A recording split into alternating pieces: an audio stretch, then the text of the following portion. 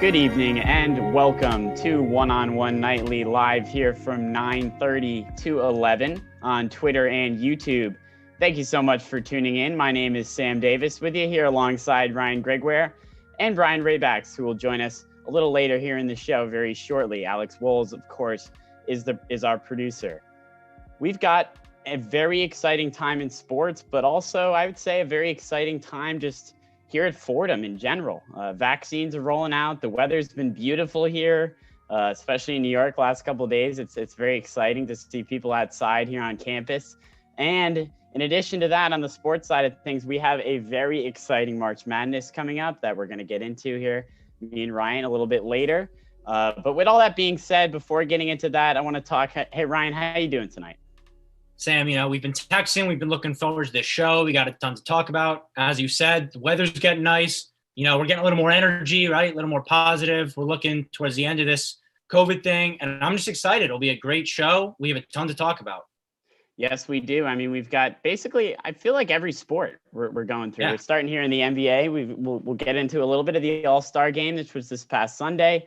Blake Griffin with the Nets, as most of you have probably heard. In addition to that, of course, we'll get into some NFL after that a little bit later on in the show. The franchise tag deadline was yesterday. Lots of movement there. A very busy offseason already. And we've got a lot more coming down the road in the future that we'll be excited to break to you guys as well. But that'll be something to look forward to. Giants and Jets making moves in the franchise tags. And that's certainly something exciting here for the NFL as we look towards the long offseason and start kind of a new season. Brian Raybacks will be back to join us for that segment. But getting Ryan to something that we both talked about a lot in pre-production. We both talked about a lot before our show tonight. NCAA college basketball selection Sunday coming up.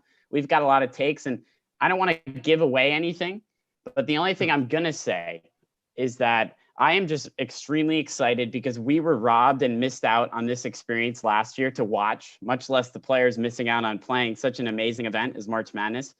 I'll speak for you, but I'm going to let you speak for yourself here. I am very excited for March Madness and all that's coming in the next coming weeks.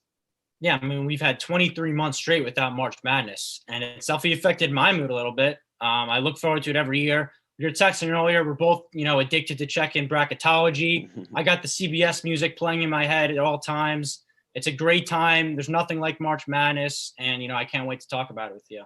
Yeah, I just remember last March being so upset. First of all, obviously being in everyone in quarantine and going through that difficult situation, but also I was watching tons of March Madness highlights from the previous year and just thinking of what could have been. And finally, we get to watch real live basketball and real live March Madness, which will definitely be exciting. We're going to get into that later in the show as well. And then we'll finish up the show with a little bit of MLB talk here. Unfortunately, the Yankees getting bit by that injury bug once again. Very concerning news for Yankees fans and for baseball in general. And we'll talk a little bit about spring training as well as we start to look into the MLB season and get that going underway. But I'm going to bring Brian Raybacks back in here, joining the show. Good to have you here. And we're going to talk some NBA. We'll start with the All-Star game. Of course, the condensed NBA All-Star weekend took place this past Sunday. Included the three-point contest, which Steph Curry was able to win on the final shot. Very exciting. Very interesting that was. The game itself, which saw Team LeBron beat Team Durant 170 to 150. And the dunk contest, which also took place at halftime of the game. And Anthony Simons, won by kissing the rim. I'm going to air quotes that because he didn't really kiss the rim, but that's how he won anyway. So just a very packed day of All-Star festivities. So I'm going to start with you, Brian, here. What'd you think about the All-Star game? What's your general impressions from the event? Well, in terms of the event, I think the NBA went 1 for 3 on the night. 3-point contest, I thought very good. Always entertaining to see Steph Curry shoot the ball, and it came down to the last shot to win. So I enjoyed that. As for the All-Star game and the dunk contest, wasn't really a fan. Can't say I was that entertained by the game, and it's just the big problem with not just the NBA, but All-Star games in general is that it always starts to feel like it means a lot less. the players don't take the game really seriously. It's just the game means nothing in their view. Why risk getting hurt in this just kind of mess around game? And that's kind of what it feels like. And if the players aren't going to really take it that seriously, then neither should the audience. And it's a 170, 150 game. There's no defense played, and it's Damian Lillard and Steph Curry pulling up from half court, which is awesome to see, by the way. Mm-hmm. It's great to see them make those shots, but at the same time, if you want like a competitive basketball game, you're not exactly going to get it. So those were my overall impressions from the game. As for the dunk contest, when I was younger, I always got like very excited about it because I guess just found it exciting to see these dunks. And I don't know if this is just me getting older or if it's actually a drop in quality, but the dunk contest to me has gotten less and less exciting every year. With this year, I believe it's kind of hit its peak. And just looking at the lineup of names, a lot of casual NBA viewers easily could not have known who any of those players were.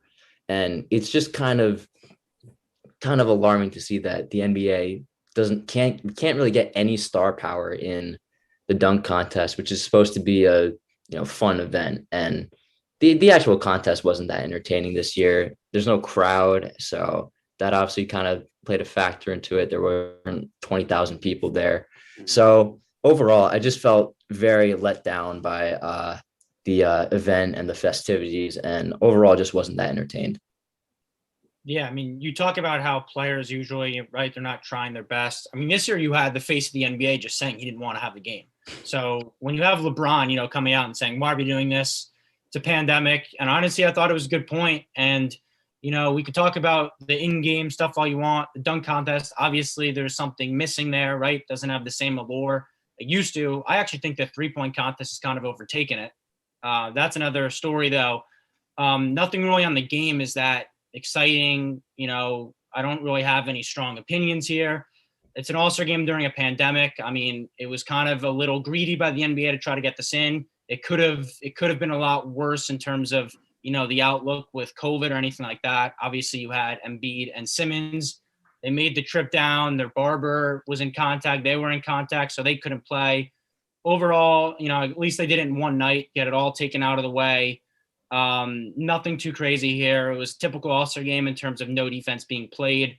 I do think last year, we had the new rule to honor Kobe Bryant with the 24 points. It played better last year, in my opinion. I thought down the stretch, that game was a little more exciting than this year. It had more juice, but it is what it is when it comes to that. So in terms of the All-Star game, I don't have any strong takeaways. I'm just looking forward to the second half of the season because honestly, this weekend I miss some NBA basketball at night, and I'm glad to get that back coming up. Yeah, I mean, you guys, I think both kind of hit the nail on the head. I think in terms of from the strictly playing the game, and I think the three-point contest was very exciting. It was the highlight. It definitely overpasses the dunk contest at this point because, like you said, I mean, maybe Obi Toppin, even that surprised me because I feel like a lot of people were really excited about having Obi Toppin in the dunk contest, at least around here in New York. And to be honest, it wasn't anything. It was very lackluster in terms of his performance and just the performance of all three guys in general. So that was something a little disappointing. And the game was okay. There were some fun moments. Like I think Dame Lillard and Steph Curry shooting from half court. It's fun. I mean, it's part of an all-star game. They're never going to do that in an actual game. I mean, they might get kind of close now in the NBA. It's a little different, but even so, they're never going to shoot from that deep. So that's something. But I just think in terms of the NBA pulling this off, I guess I'm surprised it worked as well as it has, at least as of now, because I feel like it was kind of a recipe for disaster. And I mean, Ryan, you brought up LeBron James coming out and saying, I don't want to play this. And I think a lot of people didn't want to play it and had every right not to play it because you're bringing in stars from every single team. The NBA is a star-driven league. It's all about stars. You're bringing in stars from every different team into one place with a virus that can spread from person contact being in a close proximity. So like, to me, it just seems like this could have went really badly. If let's say 5 or 6 guys come down with COVID and all of a sudden teams are losing their best player, which is going to be a huge problem for them for a week or two, at least, if not longer. So to me, that was like too much risk for what we got out of like from the court, we didn't really get that much. And I don't think that was worth all of the risk that went into it. And I think we're still going to see the result of this because right now, Embiid and Simmons obviously have that issue with COVID and they're out for contact tracing. Hopefully there's no more instances of that. Hopefully the second half in general in the NBA is just kind of avoiding any of those cancellations. I think they should be all right. And like you said, Ryan, I mean, I am looking forward to just getting back to watching NBA basketball and looking forward to getting that started again. And I want to transition here a little bit to some of the news that came down earlier this week. Blake Griffin is a Brooklyn Net, as I'm sure a lot of people have heard. Monday, the Brooklyn Nets officially announced they've signed the deal with the six-time All-Star, who will probably come off the bench for Brooklyn, most likely, realistically speaking. The deal comes with, I would say, a lot of doubt, to be honest. And this is just objectively speaking. I think Blake Griffin is not dunking like he used to. He doesn't dunk at all, really. And his defense is definitely subpar. That cannot really be denied from a Nets team that really needs defense. And then some of the argument has been made, well, he's been shooting a lot more jump shots instead of dunking, but he's shooting at 36% this season. So that's not that great either. So to me, there's a lot of doubts, and that makes this deal just a little confusing to me, but I don't want to guide the question too much because I want to get your opinion on this, Ryan. What do you think about this? Yeah, I think. Sorry. Go ahead, Ryan. I kind of go on I'm taking a different angle on this. I'm kind of looking at this from a glass half full perspective. Blake Griffin on the Pistons, we obviously know after his surgeries, he's not who he once was. And he was making a ton of money. He was on a huge contract and he was averaging 12-5. And that's not really going to cut it. So that was the main issue. I think he was under a lot of scrutiny and he had to play 31 minutes a game because the Pistons were not a good team. They're the worst team in the Eastern Conference right now. But on the Nets, I think the key difference, what people need to realize, he doesn't have to play 31 minutes a game. He really doesn't have to have a big role on this team at all. I mean, you got guys like Jeff Green and Bruce Brown's been playing the big man role a little bit. And Blake Griffin, he just needs to provide just a little bit to kind of make this all work out a little bit. And, you have James Harden, you have Kyrie Irving, and Kevin Durant whenever he comes back. Those three guys are going to get all the attention. Blake Griffin could easily provide some source of production with all the attention sort of diverted on those three guys. So I really don't think that there's much of risk involved, and I think it could actually work out decently well for the Nets. He's on a veteran's minimum, so at this point, you're not taking on his contract, so why not get another big man? I think this is a fine move for the Nets. I know a lot of people kind of feel differently, but that's kind of where I'm leaning. I don't think this is a bad move at all. Yeah, I'm kind of surprised you're looking at it so negative, Sam, just because, I mean, if you're looking at like what they're doing right now, obviously, one, they don't need Blake Griffin to be what he was, and he's not what he was, right? He's not the dunker. He hasn't dunked since 2019. But if you really look at this Nets team, depth has been an issue. Jeff Green is playing 26 minutes a game. Nick Claxton is playing 15 minutes a game. So right there, Blake Griffin is an upgrade over them, I would say. He's going to provide what Jeff Green's giving you with a little more explosiveness. And the other thing is, I think the change of scenery is going to help him a lot because going into this year, he was told by management, we're probably going to buy you out, you and Derrick Rose. You're not going to be here towards the end of this year. We want you to kind of just guide the young guys along, provide some experience for them. When you're Blake Griffin and that's what you're told, you're not really going out there and giving it your all, diving for every loose ball. His role was kind of to be an anchor there to get the young guys in shape. And now he's going to a win now team. I think this is going to rejuvenate him a little bit, get some of that fresh legs back because this is his last best chance at a ring. He knows that. Everyone knows that. And with what they're going to need him to do, Steve Nash told him, you're going to play the 4 and small ball 5. They're not really asking him to go out there and do anything crazy. He's not going to be ball dominant. He's not going to be doing anything he's not capable of. And it's a minimum. It's 1.2. We can talk about in a minute other possible targets, but I wouldn't say the Nets are done, right? Obviously, we all know they need a pure 5 who can rebound and defend. Blake Griffin is absolutely not that. And I think that's why people are killing the deal, not really taking into account that they don't have to be done here. They can still add to this team. Yeah, I think that's where I kill the deal, to be honest, is just because, but I mean, you guys bring up good points. I'll give you credit. I think there's little risk involved in this move. There's very little risk involved in this move. I mean, they're not paying him too much. He's coming off the bench. You're right. The depth thing is an issue, and he might help out with that.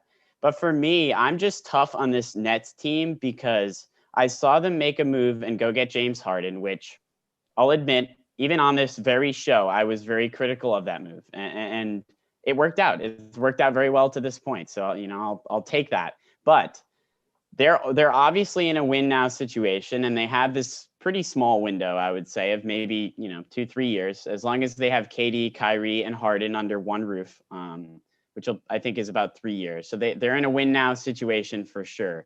And to me, for them initially, my gut reaction when this trade went down, I was just confused because I was like, well, what happened to, that five, that defensive center that they were looking for that was really going to complete this team and kind of round them out, especially defensively, where they've obviously struggled. So that was where I thought initially, I was like, that doesn't fit that mold at all. And no one's arguing that. No one's arguing that Blake Griffin's going to be that guy, that five, that defensive center. So that's where the move just confused me, because I think the Nets are in a win now situation, and you really need to just push all the chips to the center of the table here and just really go after it. And I hope they're not done. Like you said, Ryan, I hope this isn't the end of it, because I really tend to doubt this Nets team just a little, because for me, they're still one defensive piece away. And I can't deny what these three guys, KD, Kyrie, and Harden, obviously have done offensively and have done for this team. And I think in the Eastern Conference, they might walk through it and find themselves in the NBA Finals. But if I'm a Nets fan, or if in general looking at this team, I'm not 100% confident, which I know it sounds crazy because they're playing really well right now. But it's also the regular season. Come playoff time, they're in a win now mode. And I think they really need to go all in, and going all in for me would be getting that five, that defensive center that can help round the team out. That's Andre Drummond, in my opinion. We'll get into that in a second here. But I had to defend myself because you guys were, you guys are looking glass half full. I'm not as negative as I may seem, I guess, with this Nets team, because they are very good, and they're lighting the East on fire right now. They're playing really well without KD. Even they've been picking up the slack, it seems like. And when he's back, having all three of those guys healthy at once is dangerous for every other team in the Eastern Conference and basically every other team in the NBA. But I just think, I guess for me, a little pessimistically, I'm thinking, to really complete this team, they're just one move away. But here's the thing with the reality of the NBA, because I've talked about this on previous shows. The buyout market is such a factor. All the guys on big deals who can't get dealt are going to get bought out. Andre Drummond, you just brought up, is an obvious name. There will be other names. They will get a chance to get a rim blocker. And when you have a chance at Blake Griffin, there's no other elite big man on the market right now. It's not like you're choosing between a Drummond or a Griffin. Why not scoop him up so the Lakers can? It's been reported. Blake Griffin said there were 3 teams interested in him. One of them has to be the Lakers. They've been linked to him forever. They would have loved to get a guy like him. Why just let him walk out the door and go to the Lakers when you could scoop him up for $1.2 million, right? As you said, they are all in. Draft picks traded away, the future traded away. There's a 3-year window. Why not maximize it? It's $1.2 million for Blake Griffin. It's not a risk. If you let him leave, it's a bigger risk because he could be going to the Lakers and he could kill you in the finals. So I love this move for the Nets. Confidence-wise, I can't believe you're not confident. I mean, it looks like they're gonna steamroll their way to the finals. Once you get there, it's another story. But they just look so good right now, and they're not even at full strength. I don't think we'll see them really as the super team they are until the playoffs, because for now it's just keeping them healthy, right? Make sure KD's legs are holding up. Make sure Harden doesn't come down with something. Kyrie's had injuries in the past. You keep them healthy. You get them healthy going to the playoffs. And this Nets team, they obviously have the talent to win it all, right? We're not denying that. So adding Blake Griffin, no problem with it. Let him go to the Lakers and he beats you. I mean, you're going to be questioned for the offseason. So I love the move for them overall. Right. And you mentioned the Lakers. They're they're contending for big men too. And the Nets kind of needed to at least take a chance, really. And they'll have a chance with Andre Drummond, who the Lakers are also heavily pursuing. So I'm in agreement with you. I think that, taking a shot with Blake Griffin, no harm, good move for the Nets. Yeah, I mean, shifting here a little bit into Andre Drummond, as you guys mentioned, he's the really the biggest piece on the trade block, I would say, or at least one of them left before the March 25th trade deadline here for the NBA. He's averaging a double points and rebounds, which is incredible. I did not even know that. Our producer Alex Wolves brought that to my attention. I did not even know that offensively he was producing that well. So that's something to definitely note. He's sat out since February 12th. And I remember seeing that as well. I remember seeing initially when they sat him out, and I remembered it, but I forgot until recently talking about him here. I mean, he's been out for a while. It'll be coming up on a month now. So the Cavs are definitely being a little patient, seeing all their options, because they know this guy's a very good player that's going to help a contending team. And they're not just going to give them away. They're looking for, it seems like, a decent amount. So the Nets didn't give up too much for Blake Griffin, but they're going to give up a lot more if they want to get Andre Drummond. So I'm gonna go to you, Ryan, here. Where do you see Andre Drummond? Do you see him going to the Nets, or is he going to go towards the Lakers, or maybe someone else, maybe another team in there? Right. Well, first off, we have to wait and see what happens with the contract, because as you said, they're sitting him out right now in hopes to trade him. That has nothing to do with buying him out. That's worst case scenario. They end up buying him out, but if he gets hurt, obviously he's not going to be an asset for them. The thing is with this contract, it's so expensive that a team like the Nets or the Lakers, they're not going to be in the market for a guy like him because they just don't have the salary cap room. Teams like the Knicks, who I don't know what the interest is, I've seen a little buzz, they do have the salary cap space. So I think that's why, the Cavs have no obligation to him or the Lakers or Nets to trade him to a legit contender, right? They'll go wherever they can get assets. So I think that's why they're holding him out now. I think at the end of the day, we're going to see him get bought out, just because I don't know anyone who's going to be willing to swallow the contract and money when we know the Cavs really don't have leverage here. They've sat him out for a month, as you said. And so then it comes down to me when he is a free agent and he gets to choose. Obviously, it comes down to the Nets and the Lakers. I'd assume both teams have heavy interest. Obviously, he's a huge need for the Nets, but I kind of like him going to the Lakers here. Obviously, they let JaVale McGee walk, and Montrezl Harrell, he's been solid, but he doesn't provide that same kind of big man energy, that toughness that Drummond has. And that's something that the Lakers, they'll go after. LeBron's going to hit him up when he's officially a free agent. And if I were him, I think you get a bigger role with the Lakers. Obviously, they have just as much talent to win the championship as the Nets, because they did. And if you're with the Nets, you're at best the fifth guy, whatever. I don't know what Andre Drummond's ego is. That's something where I'd evaluate in yourself, because I think if you do go to the Nets, their chances of winning it all increase even more from, they're already high enough already. But he could still totally help the Lakers win a championship. And I think it just depends what he wants to do, because both teams are going to court after him. He's going to be in high demand. And it'll be the first time in his career that's been the case. He was stuck in Detroit when he made those all-star teams. And now he's putting up a double-double with Cleveland, and who really cares about that? So he'll have a chance here to make a name, get deep into the playoffs. I would personally go to the Lakers just because I think it's more of a fit and you're going to get more of a role in the offense, right? He's not going to be averaging 17 points per game with Brooklyn. We know that's the case. So I would go to the Lakers, but I wouldn't really have a problem with the Nets if he's ring chasing one of those two teams for me. And it really comes down to what he wants.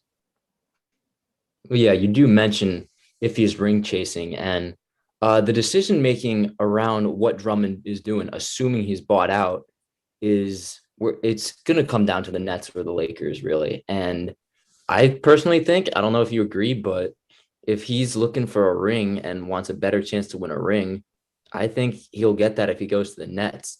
The Nets, if they get Andre Drummond, I think are the clear lockdown favorites. Even with LeBron and Anthony Davis, assuming he comes back, I really don't think there'll be any match for this Nets team. If you have the big three, Harden, Kyrie, and Kevin Durant, and then you add a solidified big man like Andre Drummond, and can improve the defensive side of things, I really don't think there's any stopping the Nets. So I really think that if it depends what he wants. If he wants a ring, he's going to go to Brooklyn. But if as you mentioned, if he wants that bigger role and doesn't want to kind of be like the fourth or fifth guy in their offense, then I think the Lakers are a better fit. But these two teams, if he hits the open market, I think it's really going to be a tough battle to see who's going to get him, because he's high demand and he can help both teams tremendously. And yeah, I really think it's just going to come down to a war against each other with the Nets and the Lakers. But Andre Drummond, it's going to be interesting. And if you're both teams, you better pray he gets bought out, because you can't take on that 28 million. Yeah, that's a good point. I think, like you said, I agree with you, Brian. If the Nets get Drummond, as much as I've been negative on them, I'm not going to be negative on them anymore, because that's like I mentioned, that's the piece that they need, I think. And I think they're the favorites for sure. But that's a big part of this too. I didn't really think of that initially until you guys talked, is like, what does Andre Drummond really feel about this if he does get bought out? And if he's the one deciding where to go, it's really like, I think, I hate to say it, but I know he might want a ring, and maybe the Nets are the best team to get that. But LeBron James is very convincing, and he might give him a call and say, hey, come over here. I've got the experience. You're going to get a nice big role in this offense, and you're probably going to win an NBA championship. You're at least going to be able to take on the big three with the Nets to get there. So to me, I think if I'm at least, I don't know, I'm not Andre Drummond, but if I was in that scenario, I'm going to trust LeBron James over a young, amazing core and three with big three there with the Nets. But you got to think that LeBron might play a role in this if it ends up coming down to that. But you also think, if the Cavs end up getting an offer relatively soon that they like, that's their bottom line. They're all about getting as much as they can. They don't care who they trade them to. It doesn't have to be they don't have any vested interest in the Nets or the Lakers winning another NBA championship. They care about themselves and getting better, and that's what that's going to come down to. So they might get a good package from another team slipping in there. I don't know about the Knicks. I think that would be an interesting move. That would leave us talking all day long. But wherever he ends up, it's going to be very interesting come March 25th. We'll see where he goes. I think that's going to wrap up here our NBA section. Lots to talk about. Lots of exciting things to look forward to as we head into the second half of the season and into the playoffs. Great stuff, guys. All three of us are going to be back here shortly to talk the NFL, from Dak Prescott to some franchise tags around the leagues. Stick around to One-on-One Nightly. We'll be back.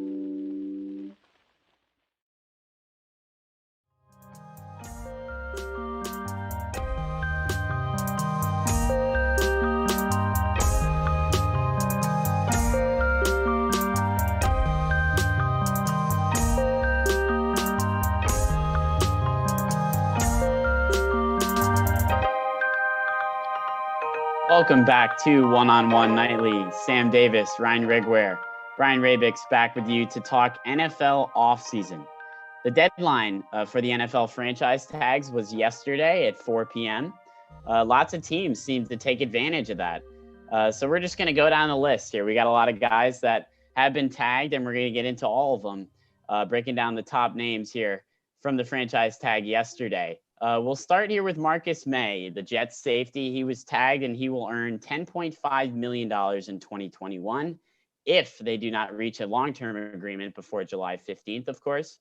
So, Ryan, what do you think about the tag for safety Marcus May as the Jets fan here with us? Yeah, I think it's interesting because a lot of Jets fans are kind of upset. They want to re-sign him to a big deal. He was our best player last year. He's our team leader. He was voted the MVP of the Jets, so clearly he's respected in that locker room. And you had his agent too, actually. He was very negative on social media saying, the team really has to sign him to a long-term deal. They're disrespecting him, but I like it from an organizational standpoint. Marcus May is 28 years old. He just had a career year. You have a ton of cap space, so you can afford the high AAV for year one and then let it play out. You probably could have re-signed him to a multi-year deal with less AAV. But when you have the flexibility the Jets have, I like it. We've seen this kind of similar process with the Rams a few years ago. They tagged Tremaine Johnson, LaMarcus Joyner. Those are both secondary guys who are at similar ages, and they let them walk. And I'm not suggesting you just let Marcus May walk, but the Rams letting those guys walk, turned out to be huge moves for them because they both fell off with their future teams. Jets fans obviously remember Tremaine Johnson's failure in New York. But Marcus May is an impact player, right? I kind of bashed him a little bit. He deserves a long-term deal for sure. I just don't want to, because there's so much cap space, get cute and give him too much money here. You also couldn't let him walk. Obviously, this team is devoid of talent. They need playmakers on both sides of the ball. So they had to keep him under contract for this year. The franchise tag is good for now. We'll see where it goes. I could totally see them coming to terms on a long-term deal. I know they've had discussions so far. They're not close yet, but obviously we have a long time until then. So as for now, I'm good with the franchise tag. It's a huge free agency for the Jets with obviously a ton of cap space and holes. So I'm glad they didn't tie up too much of Marcus May. 10.5 is probably a little steep for a free safety, but I have no problem giving it to May. He's been an awesome player, awesome dude, and we'll see what happens there. Yeah, you kind of hit all the right points. Marcus May, talented young player for the Jets. I think this was definitely the move to go. The Jets, they have a ton of money, ton of cap space. They have plenty of ways to improve their team as much as they can. And yeah, I think the starting process to that would be keeping Marcus May at least for this season and then work on a long-term extension. The Jets, their secondary, it wasn't that great. And Marcus May was one of the few bright spots, I would say. So Marcus May, still with the Jets, I think. Good job. Yeah, I think with this Jets organization, it's important to have some guys in order to build around, because obviously you're basically kind of almost starting from the bottom here. And obviously the Salah hire, we talked about that that was a important one, I think, culturally, just to try to establish a new culture, move on from Adam Gase. I think franchise tagging Marcus May here is a good move just because he's that centerpiece, I think, of the defense. He had a great year last year, and he has the opportunity here for the Jets to kind of build around him. And, I think the lots of cap space and the draft picks and what to do about Sam Darnold, there's a lot of uncertainty right now with the Jets offseason, but they also have a lot of promise right in front of them, which is exciting. I think if you're a Jets fan, there's a lot of opportunity out there. But in terms of Marcus May and this deal, I think it seems like a long-term deal will eventually happen. Although, like you said, Ryan, about the agent and everything going on, a little bit disagreement about money. But I mean, Joe Douglas says, and he and the organization thinks they need him and they want him for a long-term deal. So I tend to believe that that'll probably happen, at least eventually. He's going to help that Jets defense, which, like I said, kind of starting from the bottom, maybe building around him a little bit, and keeping their eyes towards everything else now that they have to worry about during this offseason, which are good problems. A lot of cap space is a good problem. And the number 2 draft pick, it's a good problem to have. something to think about for them down the road. Switching from the Jets to the Giants, staying in New York football here, defensive lineman Leonard Williams is franchise tagged for the second year in a row. Another example here, kind of like we just talked about, it seems to be maybe a placeholder for more of a long-term deal that they might look into. But Brian here, I mean, we had the Jets fan, now we're going to have the Giants fan. What do you think about Leonard Williams being tagged here by the Giants? Well, I gotta tip my hat to Dave Gettleman a little bit. This was a big concern coming into the offseason, what they were going to do with Leonard Williams. And I think doing this for now, it's the best thing you can do. They want to reach a long-term extension. So I really think that, franchising him, it's the way to go. And then hopefully along the lines, they can reach that long-term deal. And just to have Leonard Williams back on that defense is awesome. I mean, they acquired him in 2019 from the Jets, and it was a move that I think a lot of people were confused about, didn't really make a lot of sense. Why do they need him? And it's worked out as well as it could have. I mean, he's coming off of a monster year, 11 and a half sacks, his career high. And, he gets good pressure on the quarterback, and he's really good at stopping the run. And yeah, I have to just give the Giants nothing but credit for keeping him at least for this year, and then hopefully work a long-term extension.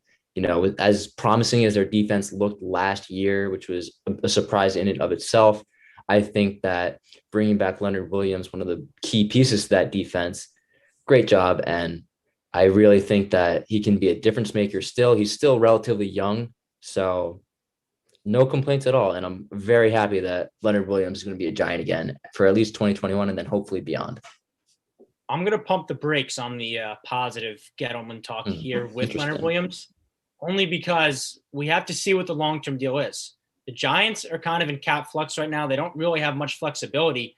And obviously Leonard Williams, I know him pretty well. He's with the Jets a few years. This was by far his career year, but you don't want to make the mistake of overpaying an interior defensive lineman. The Giants do have holes. This isn't a complete team where this is your missing piece. The Giants do have plenty of holes they need to fill.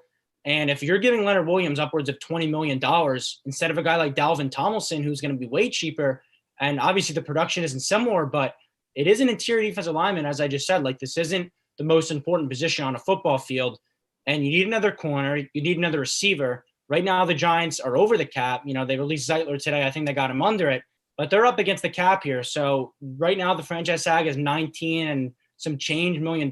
I wouldn't give him that over a long-term deal. I think you got to bring that down. Right now, it is seen as a placeholder, as you guys said, but I think Gettleman needs to be really smart here that you don't overpay Leonard Williams. He has a ton of leverage. The Giants gave up a third plus a fifth to get him. So clearly they value him a lot. He paid off this year, as you said, awesome year. I'm not going to discredit that at all. But I do think you have to be a little cautious on what you're going to give him, because it could set you back a little bit, right? This team, as I just said, they have other needs. So be a little careful, be smart with Leonard Williams. Just don't give him too much and devoid your football team where it needs other positions. Yeah, I think you mentioned Dalvin Tomlinson. I was going to mention him too, just because that's a great point. I think when the issue with franchise tagging and the bind it puts on some teams where they're tight with the cap space is you put it on one guy, but then you're probably going to lose someone else to free agency, or at least have trouble signing him towards a long-term deal. And that seems to be the case with Dalvin Tomlinson. We'll see what happens there. But I mean, Williams, you can't deny his year last year, and you can't deny how well he played. I mean, he had 11 and a half sacks, career high in tackles for loss. Definitely a very solid player for that defense, maybe a leader for that defense. And I think a defensive group that can get better, like you said. But overall wasn't very bad last year. And sure, there are holes in this team in general, not just on defense, that definitely need to be addressed here for the Giants. But I think you can't go wrong with keeping a guy that really was probably your biggest bright spot on the defense. So I think that's where that positive side comes into it here for the Giants fan and Brian. But shifting over here to the Chicago Bears, they decided to place the franchise tag on wide receiver Allen Robinson, which was no surprise from an organizational standpoint. Chicago did not want to lose him and to free agency. They wanted to keep him and do whatever they can. I just want to say that I think if I'm Allen Robinson, I don't want to be in Chicago, if I'm being totally honest, because the quarterback situation is not great. Obviously, he's a wide receiver. He's put up very good numbers considering he's had not great quarterbacks in the past. That could change. There's been links to Russell Wilson, although that seems very unlikely. But I think this is a little different than the other two guys we talked about, because we talked about Marcus May and we talked about Leonard Williams and how it seems like a long-term deal is more likely than not, or at least seems like a strong possibility. But in this scenario, I think the Bears really want a long-term deal and they want to lock this guy down. But there seems to be a lot of problems, especially with Allen Robinson's agent, who came out publicly and said in the fall that Robinson was not at all happy with what the Bears offered him. He wanted more. He wanted a top market wide receiver money, and apparently the Bears did not give that. So it's a little bit more of a tricky situation here with Allen Robinson. I just get the vibe, and maybe that's just me looking at the Bears as not a solid football team, is the Chicago Bears want Allen Robinson very badly, but Allen Robinson doesn't want the Chicago Bears as much. So that's where I at least see it, but I could be alone on that. Maybe that's just my view of the Chicago Bears at this point. I don't know what you guys think. I mean, if we go psychoanalyze and deep dive into Allen Robinson's Twitter, we can see what he thinks. His likes are filled with pro Jets tweets. He even liked a mock trade, Jets trade pick 34 and Sam Darnold for Allen Robinson.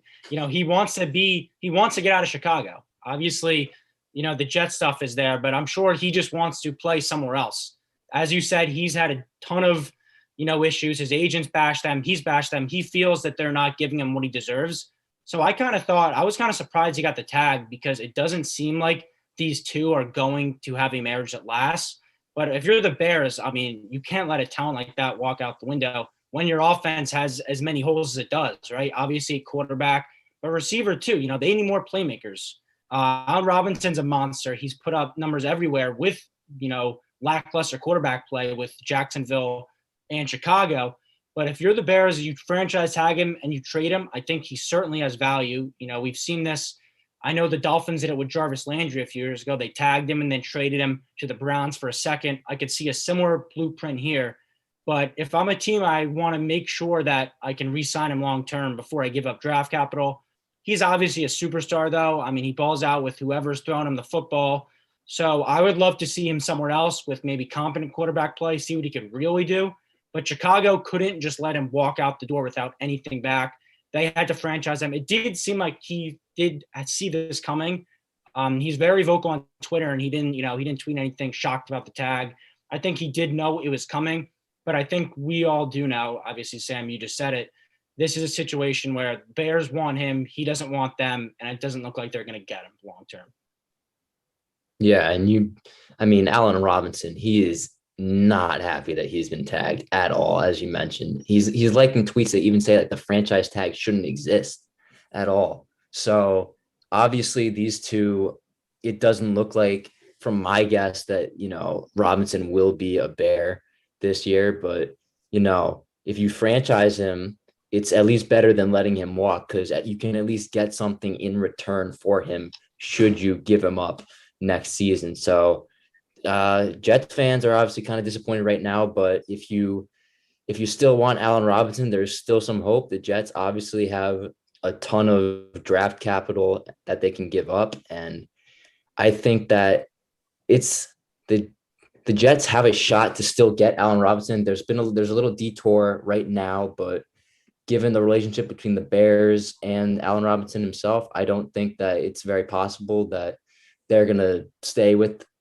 each other next year, as long as they get a quarterback that can kind of fill that void and maybe convince him to stay. But other than that, I really think that he's going somewhere else. And the Jets, keep your fingers crossed, because he can still be in green in 2021. I know Ryan has his fingers crossed for sure about that. Heading to New Orleans here. We're going to talk about the Saints here. They tagged safety Marcus Williams, despite a very tight position with the salary cap over there for New Orleans. So Ryan, I'll start with you here. What do you think about Marcus Williams and the Saints and that franchise tag? Yeah, I think that the Saints have proven time and time again that the salary cap is a myth. Going into the offseason, they're up against the cap and then some, 70+ million over the cap. And Marcus Williams, obviously, he did make the blunder that led to the Minnesota Miracle, but he's a great safety, and he's someone that's been really money for them the last few years. He's young too. I think he's 25. So he's a guy that if you can work out a long-term deal, you do it. Or honestly, if it comes down to it, you tag him here, you get something for him like a second or a third, and you use that pick on a younger, cheaper player, because they have some guys with deals that they have to pay soon. Ryan Ramczyk, obviously, Jameis Winston's a free agent. We'll see what happens at quarterback. But Marcus Williams, he's a great talent. He's been great there. I would try to get something done with him, but honestly, who knows with the cap? They're so tight. So we have to see what happens. I give them credit though, because they have seemed to figure it out so far. They cut Quan Alexander, did a few other things to limit the money, but Marcus Williams is a great talent. I did really think he would hit free agency though. I was kind of surprised with that just because of, the cap situation in New Orleans, but they're smart. They know more than me when it comes to the salary cap. So I'm sure they'll figure it out with them. It's a good fit. He's been great there. So I have no problem with it at all. Right. That's what you mentioned with the Saints. It's all about the cap and what they're actually going to do to find a way to get under it somehow.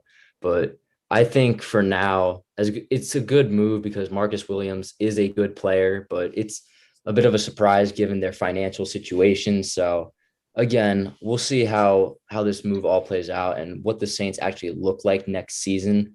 But for now, you got to just trust the front office and that the Saints know what they're doing, and hopefully it all works out and they can still field a decent team next year and they can actually get under the cap and hopefully just have a good functioning team and compete for an NFC South title next year. Yeah, I mean, there's no doubt about what Marcus Williams does on the field. He's a very solid defender. He's a great part, an essential part of that defense. It's a very good defense. So that's no doubt. And that makes the move seem to be a good one for me, at least from that side of things.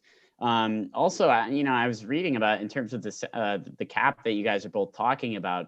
It seems to be a better option to tag him versus trying to sign him long-term just because of that salary cap and how tough that would be, especially in the free agency market where other teams would be bidding for him as well. So with Williams tagged now, I think the Saints can kind of focus on everything else that they have going on and maybe extending some other players. I know they cut a couple players as well with that cap space, and they also have to focus on the quarterback situation because that's something that's kind of up in the air. They're not so sure what to do about that yet, obviously depending on Drew Brees. But the Saints have a little bit of thinking to do this offseason, a little bit of work left to do, I would say. But I think overall, this move, Marcus Williams, it makes a lot of sense to me. And if they can find a way to navigate that cap, which they seem to always do, like you guys said, kudos to them because I could never. But anyway, let's get to the Super Bowl champs, the reigning Super Bowl champs, the Tampa Bay Buccaneers. Their wide receiver Chris Godwin gets tagged. He's expected to make $16 million in 2021 to defend a Super Bowl title. The Bucs also re-signed Levante David, linebacker. That was pretty recently as well. 2 years, $25 million. So, Brian, what do you think about this Chris Godwin tag here for the Tampa Bay Buccaneers? I don't have a lot to say on the Chris Godwin tag other than not really surprised by it. I don't really see a reason why the Buccaneers would want him to hit the open market and potentially leave town. They won a Super Bowl and I guess they're trying to retain as much talent from that team as possible. And even Bruce Arians said it at the parade. He said, there's no way you're going anywhere. You're not going anywhere. So this was really kind of the writing was on the wall that Chris Godwin would be a Tampa Bay Buccaneer in next year. And, he'll be with Tom Brady again. And he's obviously a very talented receiver right behind Mike Evans. And yeah, not really surprised by it. Could see the Buccaneers doing it from a mile away. And yeah, he'll be with them next year and hopefully bringing them more success. Yeah, I look at this and I have to see what they do after this, but I feel like I love Chris Godwin as a player. Let me get that out of the way. He's a perfect fit in that Bruce Arians offense. Great slot receiver. He got hampered by injuries last year, but still produced when on the field. But I feel like it's a little bit of a luxury. They have a ton of weapons. Antonio Brown, he's a free agent, but they could probably bring back. Gronk will be back. Mike Evans will be back. You'll have Tyler Johnson, who showed flashes in the playoffs. Scotty Miller's a nice player. And when it comes to the defense, you have Levante David, Ndamukong Suh, JPP. They're all over the age of 30. Shaq Barrett's only 28, and Shaq Barrett is a pending free agent. So I have to see what they do with him because he's had 27 and a half sacks the last 2 years. The production is there. And if it came down to choosing Chris Godwin over Shaq Barrett, who many thought they were going to tag, I'm going to kind of question that move here because I think when you look at it, you need pass rushers, and Shaq Barrett does it with the best of them. Chris Godwin is young. Chris Godwin is still an awesome player, but I want to see what they do there. Obviously, Bruce Arians, as Brian said, mentioned that everyone's coming back. We'll see if that's a reality, though, because Shaq Barrett's a guy who he already has 2 Super Bowls, right? He won one with Denver. So for him, if he hits the open market, how incentivized is he going to be to come back to Tampa and presumably take less money than get a big payday and go somewhere else? We'll have to see there. So right now, obviously, I love Chris Godwin. I thought they should have brought him back anyway. But if it comes down to this decision between him and Shaq Barrett, I don't love the deal. I'm not going to lie. Yeah, I think it's a tricky situation for the Bucs because obviously you can't deny Godwin and his production on the field. But they do have a ton of other weapons, like you said. I mean, Mike Evans is probably the number 1 receiver, but Godwin's like right there with him. So that makes it, I guess, a tricky situation because they have obviously Shaq Barrett and Chris Godwin to deal with, and they can't tag both. So that's certainly kind of an issue for them to sort out, because I agree. I think Shaq Barrett draws a lot of attention in the free agent market because of those 2 Super Bowls and because of how well he played for that team last year and that defense, which was unbelievable and honestly, probably the biggest part of that Super Bowl championship there in Tampa Bay. So I think Shaq Barrett, it's a good transition, I think, Ryan, before we get into this Dak Prescott news, obviously, I want to see any guys that you think should have been tagged that didn't. For me, that's Shaq Barrett, I think, to be honest, just because of all the things we mentioned. I think when he hits that free agent market, I don't think the Bucs are going to be able to keep him, or they're going to have a tough time keeping him. I think Shaq Barrett might follow the money, and good for him for doing so because he earned it, and he played really well last year with the Bucs. So I think that could have been one that got away, but it's tricky because obviously Godwin, you can't deny that talent. So I'm curious for you guys, and if you guys have any ideas of a franchise tag that you expected or thought should have happened, but ended up falling through and not happening. Yeah, I feel like Kenny Golladay is one that everyone kind of just chalked up as he's going to get tagged by the Lions. Obviously, they already cut Marvin Jones. Golladay was hurt off last year, but he had 11 touchdowns in 2019. He's still only 27, so he's young. But it looks like they're kind of splitting ways with him here. I don't think they're really in positive talks on a long-term deal. And I guess this is signs that there's a complete rebuild in Detroit. Obviously, they traded Matt Stafford. They do have Jared Goff, but I think we all can tell that's kind of a placement, quarterback, placeholder. And I was surprised to see Kenny Golladay not get tagged. One other guy who I don't think necessarily, I wasn't shocked he didn't get tagged, but certainly deserving is Joe Tooney. Right? He's not the sexiest player. He's a guard for the Patriots. But over the last 2 years, he only has 3 penalties. So he's a smart football player. He doesn't give up pressures. He's an awesome offensive lineman. He's the number 1 guy on the market in terms of guards. So he's going to have a lot of suitors. Obviously, we know with the Patriots, the Patriot way, they can plug and play. I'm not worried about them from that standpoint. But I feel like there's 25 other teams who would be all in on keeping Joe Tooney no matter the cost. And he's a guy, I don't want to relate it back to my Jets, but he's a perfect need for them. And he's a guy that I know they're going to be after, and a lot of other teams are. I expected bidding more for him. Yeah, you mentioned Galladay. Him hitting the market, kind of surprising, but I think this is really interesting for teams that are in need of a receiver now that he's actually available. And 2 teams right off the bat that you can easily think of are the Jets and the Giants. These are 2 teams that could really add at the wide receiver position. Obviously, the Jets are in a better place than the Giants financially to do so. So it is interesting. The Lions are pretty much tearing it down. As you said, they don't really have any aspirations of contending this year or even anytime really in the near future. So it was an interesting move to see, but personally, I'm happy that Kenny Golladay can potentially go somewhere else. I doubt he's going to go back to Detroit. So we'll see where Golladay ends up. Other than that, not too many franchise tags really shocked me, or not lack of franchise tags rather. Bud Dupree didn't get tagged by the Steelers. They don't really have any financial methods of paying him. So really, yeah, Galladay was an interesting one, but I'm interested to see where he goes. Yeah, and I mean, before we let you guys go here, before we take a quick break, I want to get into the Cowboys, obviously, and the news about Dak Prescott. For a moment there, we were pretty uncertain about Dak Prescott's future in Dallas, but that was answered on Monday. He agreed to a 4-year, $160 million contract with the Cowboys, of course, and that includes a no trade clause as well, which will help him out also down the road potentially. Prescott, as we know, as many know, missed last season with a horrific leg injury to end his season. The team obviously suffered without him. That was no surprise.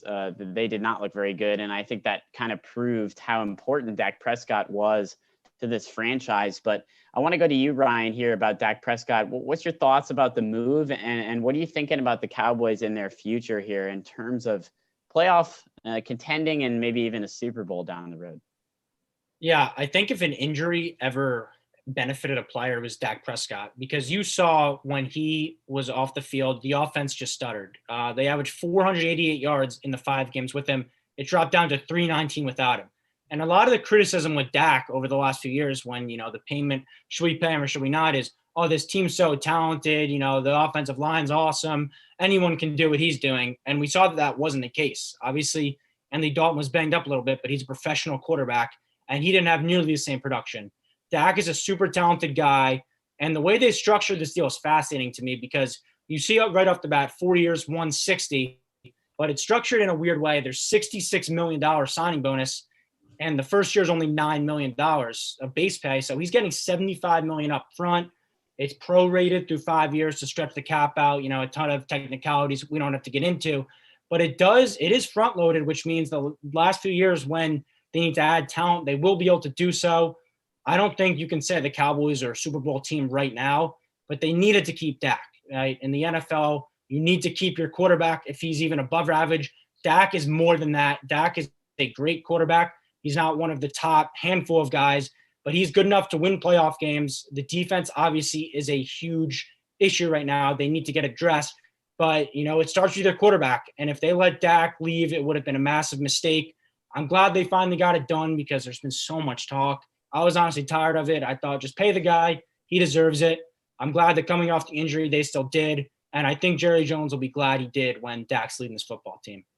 Yeah, for me personally, I always kind of figured Dak would find his way back in Dallas and reach some sort of long-term extension. But I mean, the amount of money that he's making, it's absolutely crazy. He has an average annual value at $40 million on a 4-year, $160 million deal. He's only one of 2 players making at least $40 million a year. It's him and Patrick Mahomes. And it's just kind of crazy to me, because I don't mention Mahomes in the same breath as Dak Prescott at all. But so, I mean, that was kind of the biggest shock to me. But overall, we're not surprised that Dak is back with the Cowboys. I mean, you can't deny his value to the team and what he does. He obviously had that injury last year, and it'll be interesting to see how he kind of rebounds from it and if he's the same player. But in 2019, he threw for almost 5,000 yards. And that's really something that doesn't happen too often in this league. So I really think that's kind of interesting. And in the 5 games that he played in 2020, he averaged 371 passing yards a game. I know they were playing from behind a lot of the time, but 371 per game, I think any offense will take that. But the thing is, this doesn't really leave them a ton of cap room. We'll see what they do in the near future, but they're just under the cap right now, and they really need to address that defense. So we'll see how it all works out. But even with Dak back, that defense still scares me. Lots of stuff going on in here in the NFL during the offseason. There's still even more to come, obviously, with the NFL draft coming up. So a lot to look forward to and continue to talk about. Next, me and Ryan are going to get into some college basketball. Selection Sunday is coming up soon. And March Madness, that time that we all know and all love, is coming very soon. And we are very excited. You're watching One on One Nightly. We'll be right back.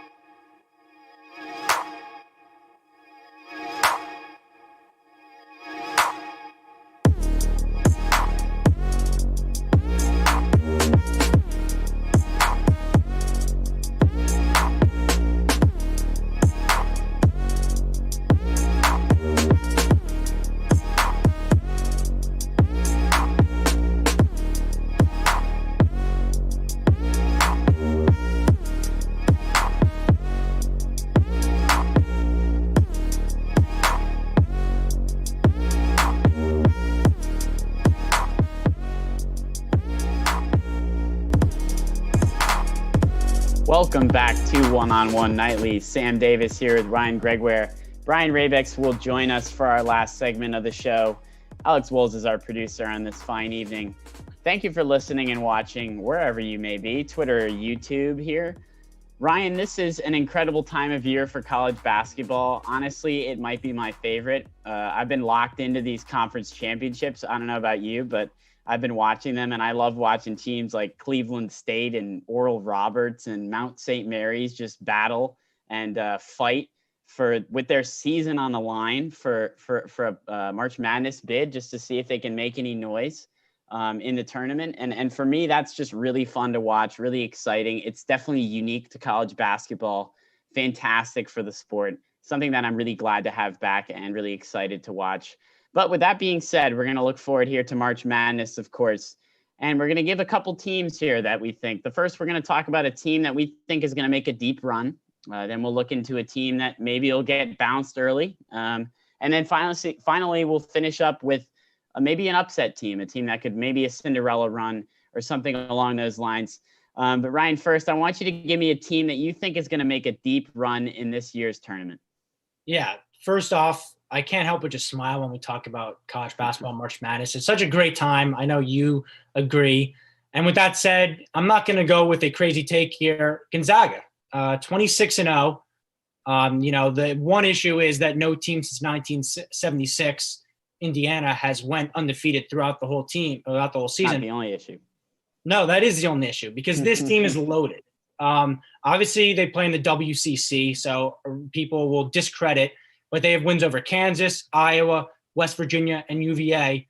And even when you're talking about the WCC, they are taking care of business and blowing out every team. There's been one game all year they've won by single digits, and that was West Virginia when Jalen Suggs, their all-star true point guard,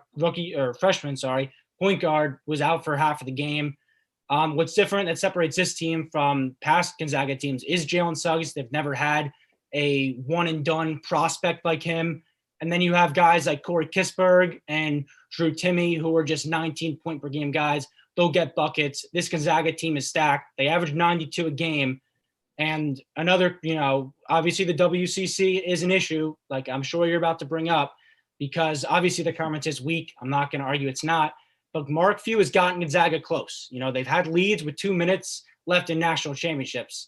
So they've gotten on the door. They haven't knocked through yet, but you don't get through until you get through. I mean, UVA was struggling every single year. Tony Bennett was a choker. They lose to a 16 seed. What happens? They flip the switch. They win it all. And I think this is really Gonzaga's year.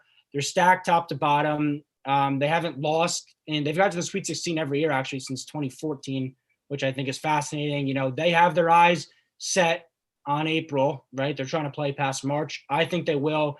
Gonzaga, they've been ranked number 1 all season. 26-0, they are my team to beat.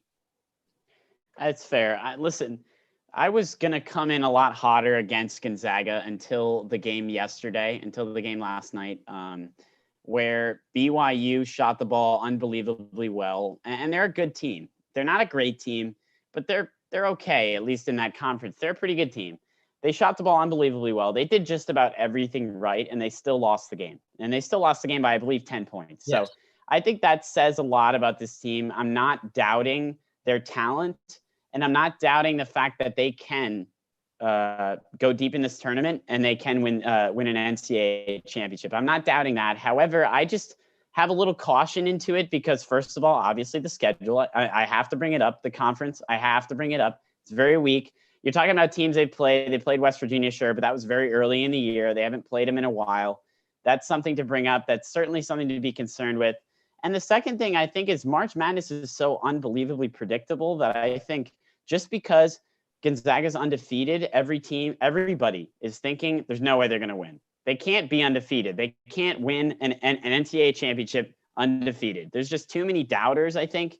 And I hate to say it, but I'm one of those doubters. It's just really hard for me to believe that in a normally unpredictable NCAA tournament, I feel like it's going to be even more unpredictable this year. Teams are playing less games in the season. COVID has been screwing everything up.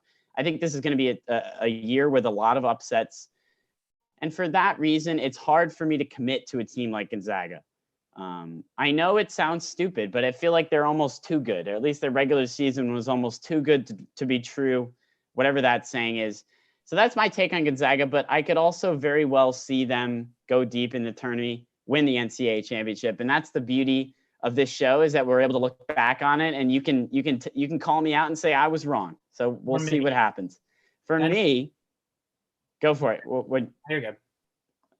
So for me, I would say my favorite team, I'm gonna go to the Big Ten, and I Michigan. I really can't overlook Michigan in this one. I'm looking at the 1 and 2 seeds from Joe Lunardi. We check in the bracketology just about every day.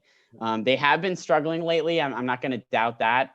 But the Big Ten is just such a tough conference. I mean, here's day and night between Gonzaga's conference and the Big Ten, probably the best conference in college basketball right now. You have to bring your A game just about every night, or you're going to lose. And Michigan didn't bring it a couple big games, and they lost. You know, they took a loss to Illinois, Michigan State as well. But overall, we saw what Michigan did early in the year, get off to a really hot start, 18-1 to start the year. For me, that's really positive as a team that can get hot, as a team that can really put things together and make a run. And that's what March is about. That's what the tourney's about. So from that standpoint, I fully trust Michigan. If they get hot, maybe in this conference tourney, they can find a little fire there to turn themselves on, get themselves hot. And I think if they can do that, they can make a serious run, because they certainly have the potential to do so, as we've seen from their earlier part of the schedule. And that, combined with an incredibly difficult schedule, an incredibly difficult conference, they're playing number 1 seeds. They're playing teams like Ohio State, Michigan State, who's been hot lately, Iowa, Wisconsin, lots of good teams, lots of good tournament teams. So they're getting valuable exposure right now, and I think it's going to help them in the long run here for Michigan. I expect them to make a deep run. But the thing is that it's March, and it's very hard to predict, so we'll see. Speaking of March, and speaking of how unpredictable it may be, Ryan, give me a team that you think is going to get bounced early, a team that you think is going to make an early exit here in the tournament. Yeah, a team that I'm low on generally is UVA. Obviously, we saw the last time we had a tournament, they won the whole thing. But this UVA team, for all that you just ripped Gonzaga and for all the impressive wins Michigan has, UVA really doesn't have any good wins. The ACC, I don't think it's talked about enough. The ACC is really down this year. So when you look at their resume, their 2 big wins were North Carolina and Clemson. And those teams right now are projected 9, projected 7 seeds. So not world beaters. And when you look at, when you're beating up on the middle of the pack in the ACC, that's what they're doing. That's a little concerning with me. Obviously, we know they're always a defensive first team, right? They're 249th in points per game in the whole nation. So obviously that's concerning. The defense is always amazing, but for all the glory they got in 19, every time the book on them before was, well, if you can't score, you can't win in the tournament. And that's been the case on them. I know they won. Great for Tony Bennett. I know it's not the year after, so they don't have that hangover, but I think that they're kind of overrating UVA here. Right now, they're a projected 4 seed. We'll see what happens in the ACC tournament. They're supposed to play Syracuse tomorrow. I think Syracuse can bring their A game. That could be an upset watch, but I'm just low on UVA for all those reasons. Hauser, they obviously have talent, but I don't think they're going to be able to do it this year. First, second round exit is what I see for UVA. I don't think they can put up the points to win in March. Yeah, it's an interesting shift here, because I feel like the ACC is normally that big conference in basketball that everyone talks about. At least in recent years, that's been the top. But now it's the Big Ten, and things are shifting. And you bring up a great point about that. I'm going to go to another conference that I think is also a little weak this year, and it's the Big East. I got to go with Villanova. It's really hard to pick against Jay Wright and the tradition and the organization of Villanova, who we obviously know has had plenty of success in March Madness. But I'm going to do it. Obviously Big East is having a down year. Villanova is coming off a bad loss against Providence. They only put up 52 points in that game, and that's very recently. So that's not a good look. They were a 1 seed or projected 1 seed at one point, and now they're a projected 4 seed from Joe Lunardi, and that might even go down even further depending on how they do in the Big East tourney. There's no guarantees there for them to go out and win that. I think a big part of this is who they play early. Unfortunately, we don't know that yet, so we can only really guess and project. But I think if Villanova gets paired with someone, maybe an upset team that we've been thinking about, or maybe just a quality team that's a little bit underrated, I think I could see him going down either in the first or the second round. So transitioning here, we talked about upsets. We talked about a team that might get bounced. What about a team that you think is a Cinderella team, a team that's going to make a run, an upset team? It happens every year. Ryan, who's your pick for that? Yeah, the more I look into this, the more confidence I have in UConn. So they're 14-6 on the season. Dan Hurley's done a great job. Obviously, he was with Nevada when they had the Martin brothers. They were getting to Sweet 16s. But they're 14-6. But with their best player, James Bouknight, they're 10-2. And he missed a month in the middle of the year. They've won 5 of 6 with him back in the lineup. And he is a special player. He's a point guard or a shooting guard. He's averaging 20 a game. He can get buckets. And you look past him, you have solid role players like RJ Cole, Tyrese Martin, and it's a really well-rounded team. They're 25th in offensive efficiency, 29th in defensive efficiency. So they can play both sides of the basketball, and that plays in March, right?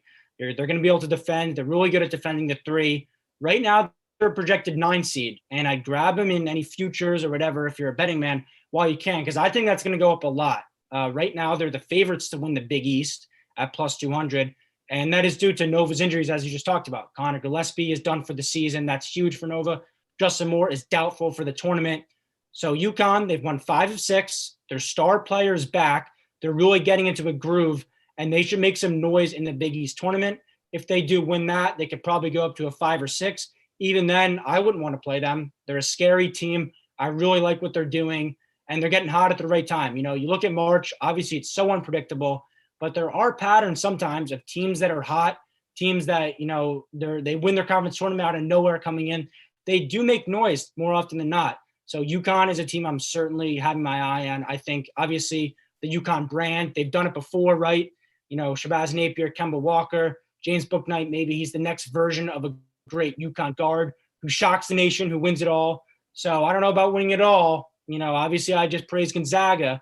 But UConn is a team I could totally see getting to a Final Four and making some real noise and ruining some really good seasons. I love hearing UConn. I mean, as a Connecticut resident here, UConn is just the team that everyone roots for in the whole state. You know, we don't really have a professional team. So, and UConn basketball, obviously with a lot of tradition, that's the team that everybody roots for. I'll certainly be rooting for them as well. So I hope you're right there, Ryan. For me, my upset team is going to come back to the Big Ten. And it's crazy for me to say that Michigan State and Tom Izzo can be an upset team. But with the crazy way that kind of this season is, they are. I mean, they had a very rough start to the year. And they got off to a very difficult start, losing a good amount of games. But over the last couple of weeks, they've beaten Michigan State, Ohio State, and Illinois in a very tough Big Ten. Those are 3 huge wins. And that gives me a ton of confidence in this team. They're playing well at the right time. Tom Izzo is a wonderful coach, obviously. He's going to get them prepared for the Big Ten tournament, and he's going to get them prepared for March as well, come March Madness time. Michigan State, if I'm a team, I don't want to play them. I don't want to play them at all. I think they're a projected 11 seed, according to Lenardi. So I don't know. If I'm a team, a 6-11 matchup, I would not like that at all, especially with Tom Izzo and the history there at Michigan State. So that's my upset pick. I want to get into this real quick, Ryan, before we go, before we take our next break. Seeding is always a big part of here in March Madness. Obviously, we don't know that for sure. Selection Sunday will solidify that. But from projected seeding, from bracketology, do you have any thoughts on maybe teams that surprise you, where they're ranked, or maybe a bubble team or anything along those lines? Yeah, well, it should be noted that so much is going to change because obviously the Big Ten tournament hasn't really kicked off yet. That's the deepest conference. The most teams are in the dance there. And so right now, Ohio State is a projected number 2, which is surprising. They're coming off 4 straight losses. Obviously, those are the 3 elite teams in Illinois, Iowa, and Michigan. And the 4th in Michigan State, who you just talked about, it looks like they'll be in the tournament for 24 straight seasons. I love that pick by you to go far. You never count Izzo out in March. But back to Ohio State, 4 straight losses and still being ranked number 2. I find that kind of surprising. They're not trending right in the right direction right now. There is still time because obviously if they make noise in the Big Ten tournament, it could change. Another team I have to shout out. You guys are giving me some jokes in the pregame show. Drake, they're on the bubble right now. My Bulldogs, as I said earlier, Darian DeVries has done a great job turning that program around. 25-4. They battled Loyola Chicago a few times this year, who is ranked in the top 20 right now. They're on the bubble. I think if they get in, they could make some noise. Their number one guy in points per game is out. The number one guy in assists is going to come back. But Drake's a team. I'm not going to count them out. They're kind of a fun bubble team I'm looking towards. But yeah, I'm kind of surprised Ohio State's still number 2. Things will change, I'm pretty sure. But as of right now, I'd expect them to be a 3 or 4. I think they have to earn their way back into a top 2 seed. Yeah, I'm going to look towards the A10 here briefly. I think that obviously the A10 is close to our hearts here at Fordham. VCU and St. Bonaventure play a really interesting game for me on Sunday in the A10 championship game. I think VCU is slated right now as a first 4 buys, according to Lenardi. So a little bit before the first 4 out. So slightly off the bubble. Meanwhile, St. Bonaventure is slated as that automatic qualifier because they are the number 1 seed in the conference. But I think the loser of that game, if that happens to be a blowout, which I don't expect it to be, I think it'll be close. That brings into some questions here. Let's say VCU loses that game from a blowout, or even the other way around, St. Bonaventure does. You never know what happens with these bubble teams. And I think one of these teams could maybe get swept under the rug and all of a sudden finds themselves on the outside looking in just hours before Selection Sunday. And I think that's what makes this so interesting, is that this game is right before Selection Sunday, which was always really fun and interesting, I think. Something to look out for in the A10 tournament. I think that should be fun. At the very least, a very good game. That does it for college basketball here. We are super excited for March Madness, as you can probably tell. Right around the corner, before we let you guys go here on this fine evening, we're going to talk some Yankees and a unfortunate injury that has hit them again. This is One on One Nightly. Stay tuned.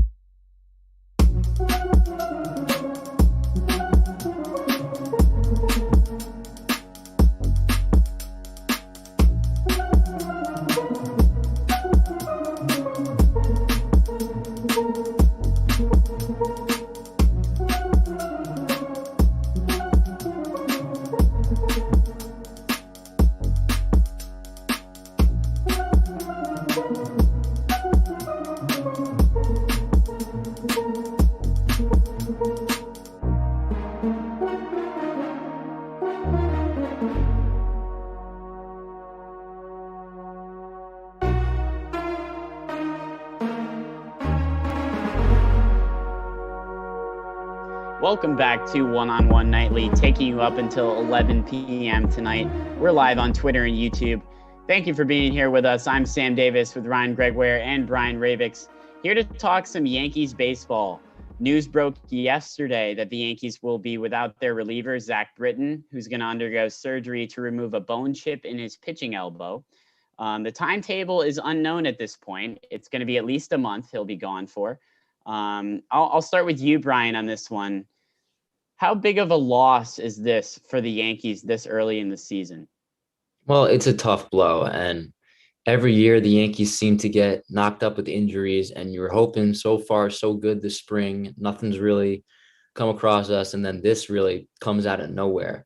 Britton's a big piece of that bullpen. You can't really deny that. He's pitched very well the last 2 seasons. Both seasons he's had an ERA under 2, and pretty much whenever Chapman is injured, he's the closer, and he's got closer stuff.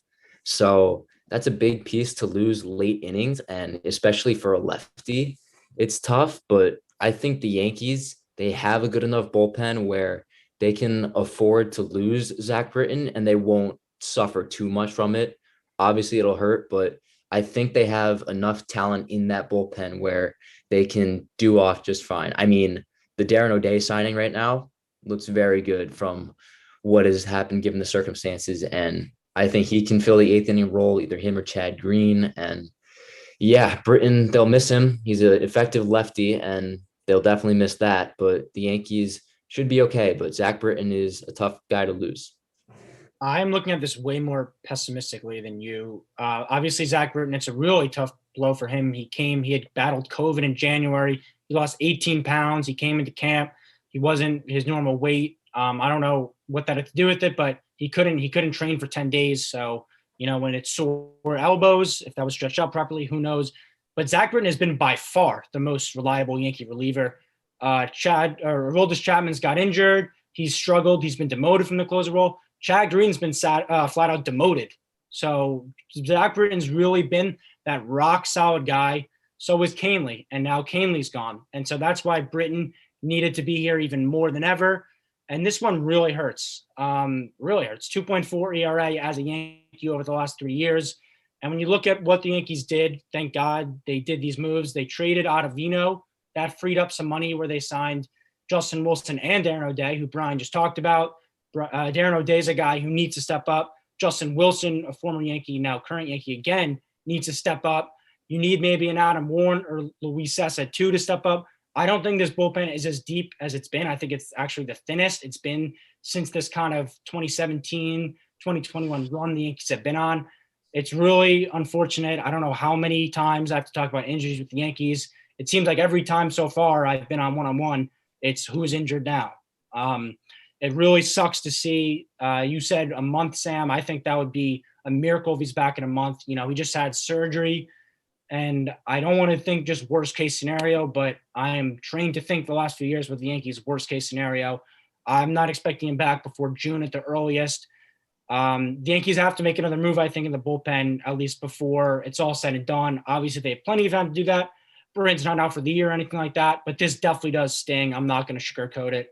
I was really disappointed when I heard this news. Also, just the kind of locker room guy he is, right? He's their player rep. He's a really, stand-up guy. They look up to him in that locker room. I don't know with COVID, the precautions or everything, but I can't imagine he'll be traveling with the team every day. So that's another aspect that hurts. And he's a guy that they couldn't really afford to lose, and they lost him. So we'll see if the next man up mentality holds true in 2021, because someone in that bullpen, one of those question mark guys, is going to have to step up and fill the void.